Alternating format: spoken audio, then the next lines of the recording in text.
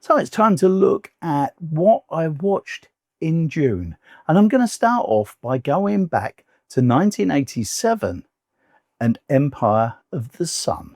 Jeremy Graham, played by Christian Bale, is a teenage English boy who struggles to survive with his fellow captives under the Japanese occupation of China during World War II. It's a bit of an epic. It's got fantastic film work. It just looks beautiful. It's about the author's story of his life growing up at that period of time in China. And it's an interesting watch because we see the world around him through his eyes. Someone gave me this on DVD a while ago and I haven't got around to watching it yet, but I'm so glad that I did.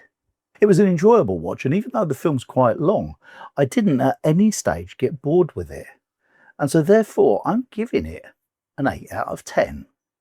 Coming up next, we're staying in 1989 with the film called Heathers.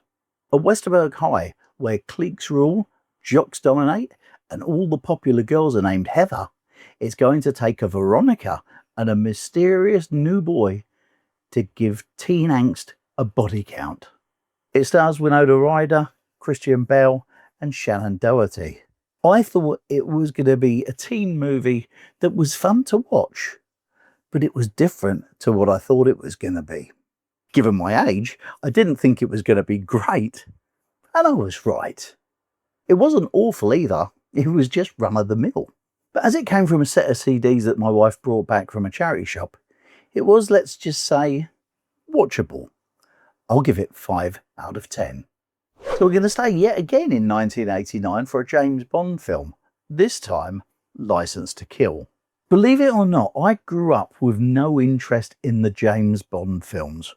So over the years, I've not checked any of them out. But last year my sister gave me a couple of films, so I thought perhaps it's about time that I did check them out. Timothy Dalton was this version of Bond, and to be honest with you, I didn't think he was anything special. Now, I've only seen 4 or 5 films from the franchise so far, but this wasn't one of the best. The story was fine, there were some good action scenes and special effects, but it was watchable, it was entertaining, it just wasn't great. 6 out of 10 from me. The next film I watched was from 1945, and it was a film called Detour. The reason I watched it was because one of the viewers to the channel said that it was on YouTube and I could watch it there. So I did. For a film just over an hour long, I have to say I enjoyed it. Al Roberts, a piano player from New York, decides to hitchhike to Los Angeles to visit his girlfriend, and his life turns into a nightmare. Then another hitchhiker is soon onto him and holds him to ransom. It's a really good little film that grabs you and turns the screws onto you. And it's one of those film noirs that kept me hooked right up to the end. For me, 8 out of 10. Next we go to 1991 and Fried Green Tomatoes. Everybody seems to call it Fried Green Tomatoes at the Whistle Stop Cafe because that was the name of the book. Evelyn, an ordinary housewife, visits a nursing home and befriends an old lady, Ninny. Together, they bond over the stories of the past about 2 intrepid women who run the Whistle Stop Cafe. I really enjoyed the interplay between Kathy Bates and Jessica Tandy, and Mary Stuart Masterson and Mary Louise Parker. I thought they all played their parts really well. The stories are well told, the period of time is portrayed well, and the characters are worthy of your time. Some people say it's a woman's film, but I disagree. It's just a great film with a great story that I absolutely loved. I'll give it 10 out of 10. I followed that with a documentary called The Wrecking Crew from 2008. Now this one is right up my street. I've seen it before and I really look forward to seeing it again. It's about the session band behind so many pop music hits from the 60s and the 70s. I've known about them for years in the same way that I've known about the Motown backing band, the Funk Brothers. It's a story of people who don't know their names, but I can guarantee you will know the songs that they played in. The Wrecking Crew have been on some of the best pop hits that you're going to ever hear from the 60s and the 70s. I remember hearing about it before it was made, and I can remember waiting patiently while they crowdfunded it to be able to make it. and it was so worth the wait. It's a film I wasn't disappointed to see. It was absolutely brilliant. The story is great. It's an excellent documentary, and it's another 10 out of 10. Oh, and if you want to see this film, it's on YouTube as well. Next, we're going back to 1958 and the film Cat on a Hot Tin Roof. Brick is an alcoholic ex-football player who drinks his days away and resists the affections of his wife. A reunion with his terminally ill father jogs a load of memories and revelations for both the father and the son. Paul Newman is great as Brick. He's volatile, abusive, and feral. Elizabeth Taylor, his wife, is desperate to have a baby, but that doesn't look like that's going to happen because Brick is blaming her for the death of his best friend. Burl Ives is the father who's worked hard for his wealth and wants Brick to inherit it, but doesn't want to give the money to a drunk. Add to that cast a whole family who are totally unlikable, and it makes the film worth the watch. I thought it was a good film. Debs fell asleep during it. I give it 7 out of 10. Next, I watched another music documentary, Little Richard, I Am Everything, from 2023. Now, I love a music documentary, and the one about Little Richard is ideal for me. I loved his music since I was a kid, and I've collected his records along the way. In this video, they tell his story in full, from how he was the son of a preacher to the proper king of rock and roll, turning to God, and then going back to being a rock star again. He was the leader, the trendsetter, and the one who never got enough credit. This was just great and well worth the time. 10 out of 10 from me. Now, the next film that I watched was Groundhog Day from 1993. It was recommended to me by a viewer, and I hadn't seen it for ages, probably since it had first come out. Bill Murray plays a cynical TV weatherman sent to report on Groundhog Day with an idealistic producer and a sarcastic cameraman. He finds himself reliving the same day over and over again. It's a comedy with a bit of a heart. You see him as a cynic at the beginning, and he turns over the time to a much nicer person. Bill Murray and Andie MacDowell are the stars of the film, along with Chris Elliott, who for me will always be thought of as the mayor of Schitt's Creek. I give it an 8 out of 10. I'm going back to 1964 for the next film, Send Me No Flowers. Here's a great film for a Sunday afternoon, if you like. Rock Hudson, Doris Day, Tony Randall. We've seen them all before in those movies. A rom-com with a little bit of fun along the way, and they star in a pretty good comedy, to be honest with you. Rock Hudson plays a hypochondriac who mistakenly thinks he's about to die, but only wants happy things for his wife. And so he goes about this elaborate plan to bring her happiness. However, trouble ensues as she misunderstands his intentions. Rock and Doris do exactly what you expect of them, and Tony Randall plays Rock's willing helper who tries his best. It's a harmless, fun movie that won't tax you too much, and it left me with the smile on my face. So I'm giving it 7 out of 10. Following on from that, 1989's Scandal. The film's based on the Profumo affair of 1963. It's about an affair between an exotic dancer and the Minister of War, and it shook up the government at the time. What's more, it actually brought about the government's downfall. It's a really good film with a strong cast. It's not overblown, and it serves as a warning for any aspiring politician. John Hurt is excellent as an upper-class pimp. Ian McKellen is in an unlikely role as Profumo, and Joanne Whalley is really good as Christine Keeler. There's a lot of good action in it, and it's an all-round decent film. I'll give it 7 out of 10. Moving on to 1951's The Lavender Hill Mob. Alec Guinness plays a meek bank clerk who oversees shipments of bullion, and he joins with an eccentric neighbour to steal the gold bars and smuggle them out of the country.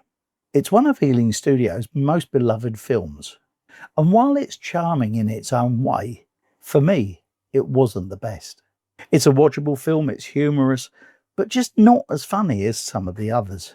Perhaps I wasn't in the mood for this kind of film, because although I wasn't bored, for me, it just didn't live up to the expectations. And for that reason alone, I'm giving it 6 out of 10. The next one I watched was 2001's The Power of the Dog. A dominating but charismatic rancher wages a war of intimidation on his brother's new wife and her teen son until long-hidden secrets come to light. I watched this film because I wanted to see Benedict Cumberbatch act as something other than a toff.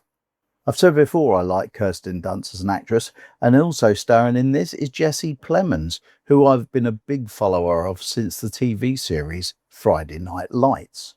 It's a gritty Western drama that sees the bully being found out by the bullied. I know this film's had a lot of love, but as well filmed as it was, I came to the end of it feeling ungratified. It wasn't a bad film, it just fell a little bit short. So for that reason, it's a 6 out of 10. After that, I watched 2016's film Inferno. After waking up in hospital with amnesia, Professor Robert Langdon and a doctor must race against time to foil a deadly plot. Tom Hanks stars in another Dan Brown story, and just knowing that should tell you that it's going to be a film dominated with twists and turns. And once more, it's an enjoyable outing. Full of action and incredible challenges, it's a great film if you've already seen Da Vinci Code and Angels and Demons. But if you haven't, it's a bit hard to understand at the beginning. Nevertheless, it's a great film. 8 out of 10 from me. Coming up next was 2015's film Brooklyn. An Irish immigrant lands in 1950s Brooklyn, where she quickly falls into a romance with a local. When her past catches up with her, however, she must choose between two countries and the lives that live within. Before I hear you say, that's a woman's film, you got to hear me out on this one. It's a film I really enjoyed, and I found myself rooting for Eilish, the main character in the film, completely the way through it. The story is well told, the acting is really good. It's touching and uplifting as well. The 2 hours it was on passed really quickly for me, and that is a good sign. So it's a 9 out of 10 from me for this one. And staying with films with one name, the next one I watched was 2022's Nostalgia. Now, if you can't handle subtitles, you won't want to see this film. Felice returns to his hometown of Naples after 40 years. He rediscovers the places, the codes of the city, and a past that eats away for him. He comes home to look after his ailing mother, but the city is a stranger to him, and he has to get used to the changes that have happened in the time he was away. He also wants to reunite with an old friend, but they're different types of people now, and the film moves to an inevitable ending.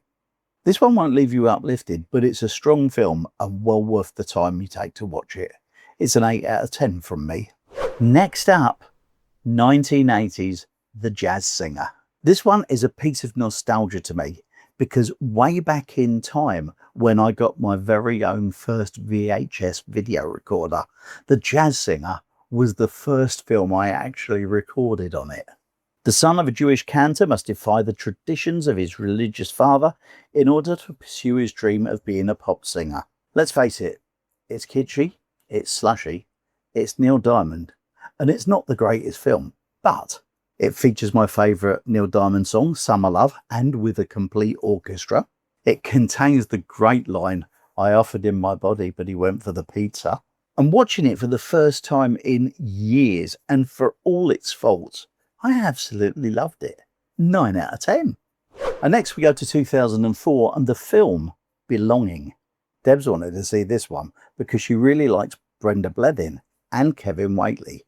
But this film was something that neither of us expected. Middle-aged Jess Copplestone is left to look after the elderly relatives of her husband Jacob and to make a new life for herself after he leaves her for a younger woman. Now, this is not the light-hearted romp that Debs and I were imagining we'd be watching. It's not full of the joys of spring. It has a cast of over 50s and left us glad that we don't live with older relatives. In saying that, though, it was a decent watch. 7 out of 10. After watching that, we went back to 1967 and In the Heat of the Night. Sidney Poitier and Rod Steiger star in this 60s crime drama. A black Philadelphia police detective is mistakenly suspected of a local murder while passing through a racially hostile Mississippi town, and after being cleared, is reluctantly asked by the police chief to investigate the case. It's a film that holds up really well, with Rod Steiger playing the racist policeman needing Sidney Poitier to help them solve this case. Steiger plays his role excellently. Sidney Poitier is, well, Sidney Poitier. He seems to play every role exactly the same. And it always feels to me like he never lets go in a film. And that's a shame. Nonetheless, though, it's an 8 out of 10 for me.